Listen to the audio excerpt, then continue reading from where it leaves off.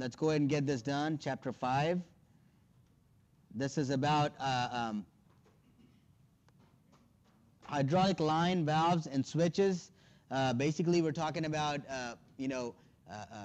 brake lines, brake hoses, proportioning valve, metering valve, combination valve. We'll talk all about what those are, okay? And warning lights.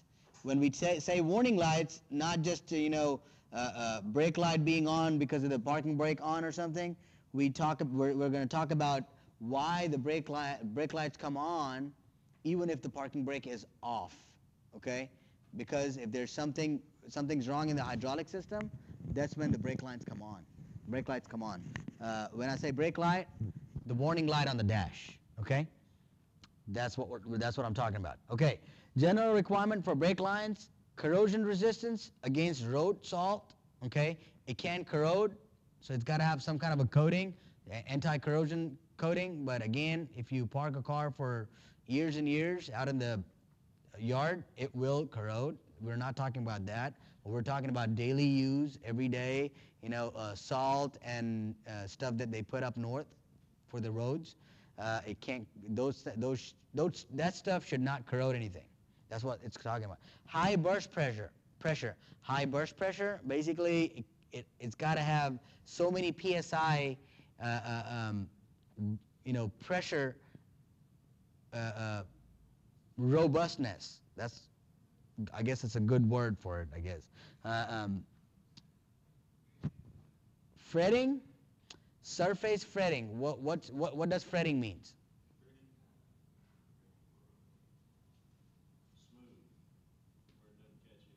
Exactly. So it doesn't get doesn't get on it and get caught up on the lines. Readily available. Okay, it's got to be a line that you don't have to order and wait for like a month to get it. Brake lines are the most easily bought part in any out of anything that you can buy for an automobile. Okay, so brake lines should be readily available and should not. The car shouldn't be down for that long. The reason for that, now one, if you have a brake line that's off, you have the system that's open for a while. It dries up the rubber hoses. If you don't have fluid around them, again, the brake fluid lubricates all the rubber hoses from the inside and the rubber grommets and the seals and everything. That's why. And they're easy to form. What do I mean by easy to form? You can bend them, okay, form them in a different shape, like coil them or turn them, 180 degrees, without kinking it, okay? We have a tool. Every one of you will fabricate a brake line in the lab. That's one of the requirements. And on, yes, sir? Have you done it? Oh, okay. All right, that's fine. You're going to be doing it. Everyone will fabricate a brake line just for the learning purpose of it. You're going to double flare it and bubble flare it, okay? Those are two different types of flares that we're going to talk about. Okay, tubing flares. Good thing that I started that, okay? Inverted double flare has the end of the tubing flared out, then it is formed back into itself. Basically, it's flared out and then pulled back in, okay? That's the bubble flare, okay? I will draw it on the board. You can see it on the slide, but I will draw it on the board, okay? This is a double flare. I'm sorry, this is a bubble flare, not double, okay? Bubble flare, what you will do is you will flare it out. See, regular brake line would be like this, right? What you would do, you would use the tool, you will flare it out, okay? And then flare it in. This is the bubble flare, okay? This is the bubble flare, okay? What is double flare? We'll talk about that in a second, okay? This is also called a ISO. Don't ask me what ISO stands for. I've always called it bubble flare because it looks like a bubble, okay? Flexible hose construction, okay?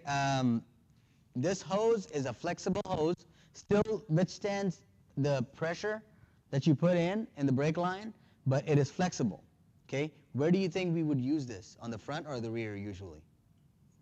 Front, okay? Because we turn the wheels, right? We turn and brake at the same time a lot of times. So when you do that, you got to be able to have, hydraulic pressure going to the calipers at the same time be able to turn. So that's why I use and these are made from multiple layers, okay? Multiple reinforced layers that make sure that, but these hoses do break the inner liner. Sometimes, separates or ruptures, and you get a little bubble on it. That's when you need to replace it, okay? It's easy for O'Reilly or the parts stores to give you the wrong fitting. Oh, they can give you the wrong fitting. Happens a lot. What? Does it happen a lot? Oh, parts stores make a lot of mistakes. They do. Take your brake line. Take your brake line with you.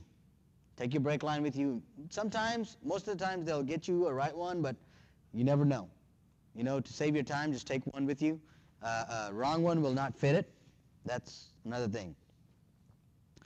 Okay. One type of, why do we need to have the brake line, flexible brake lines, attached to the brackets? Why do you think? Keep them in place. One, they might, when you turn, the tire, they might get loose and the tire might rub against the rubber part of it. That makes it weak, okay? That's why it's really important for you to put those brake lines in the brackets. Another thing, Tran had a car last night, van, some of you saw it, that the person who put the calipers back on, he twisted the brake lines, flexible brake lines, and he wasn't getting enough pressure to the front wheels.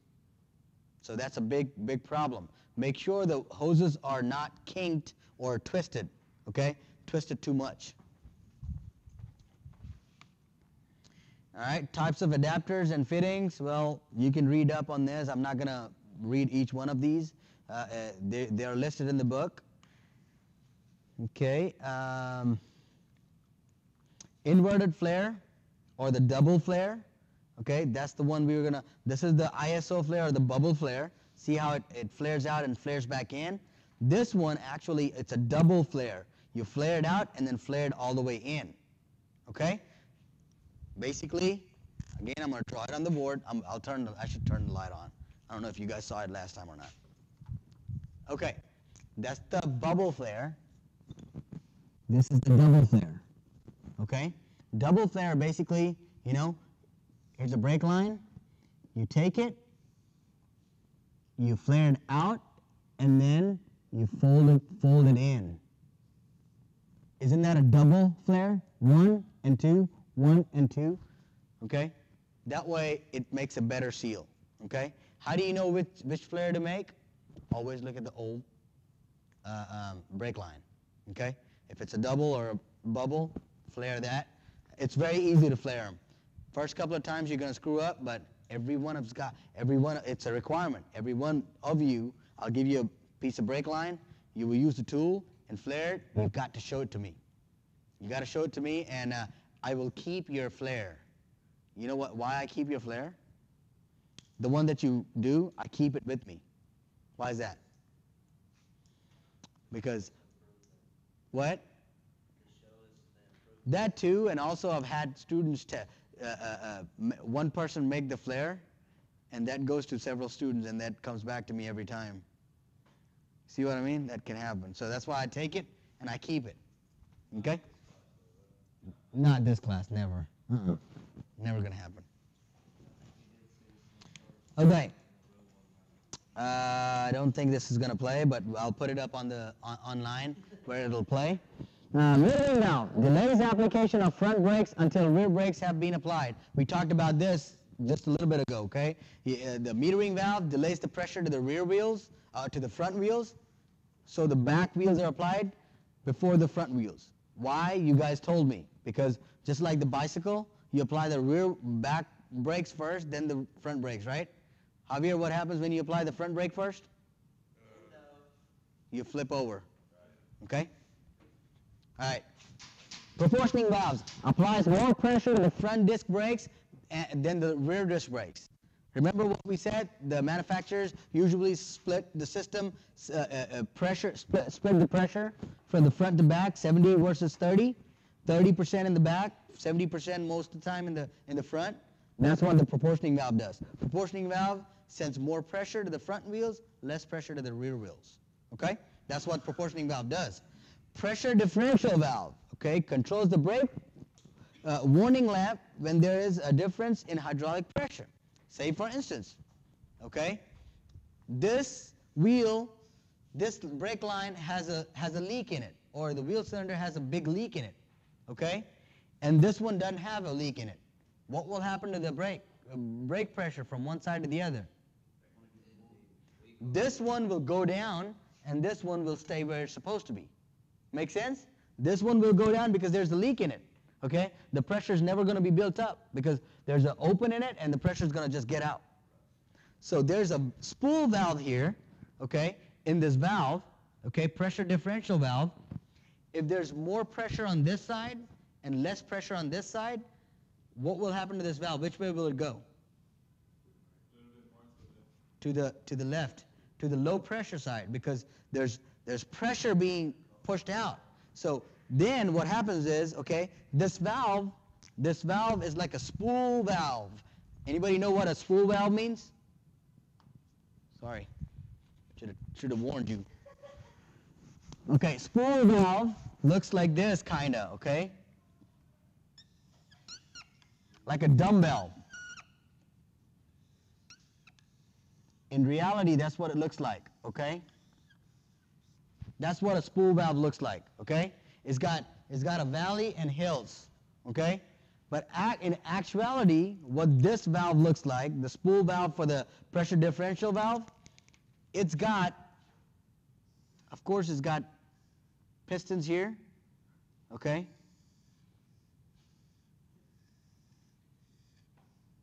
Okay? But this goes like this. Why is that? Push it to one side. Exactly. And there's an electric switch that sits in here, okay, with a pintle being right in the center, okay, and this is a switch, okay, and it's got positive and negative right here, okay. In here, this pintle goes. These are the 2 points, right? These are 2 points of the positive and negative. This pintle has a flat plate on top, okay? This pintle stays away from it when the spool valve is in the center. Remember what I just talked about? If this valve is pushed to one side, what happens to this pintle? This pintle will get pushed up. When it gets pushed up, it touches the positive and the negative, and what happens? If this is attached to a light bulb, okay? If this is attached to what's that? The light comes on, right? The light will start. This could be like a brake lamp, the brake warning lamp on the dash, right? Make sense? That's how it works. If you got a pressure differential, if it's got a pressure differential from side to side, it will turn the light on. Okay? That's how the spool valve works. Make sense? Does it make sense? Yes, sir.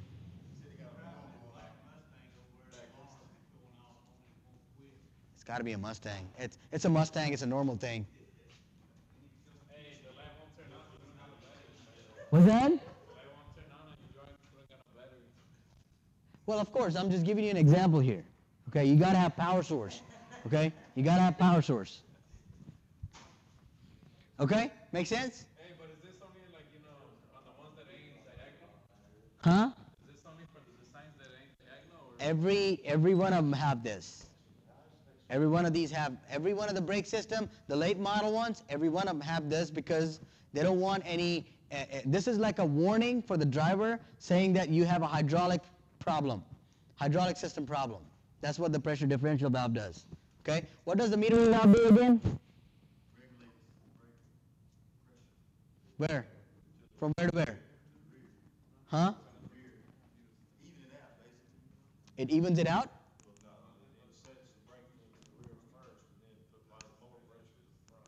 Okay, what about the proportional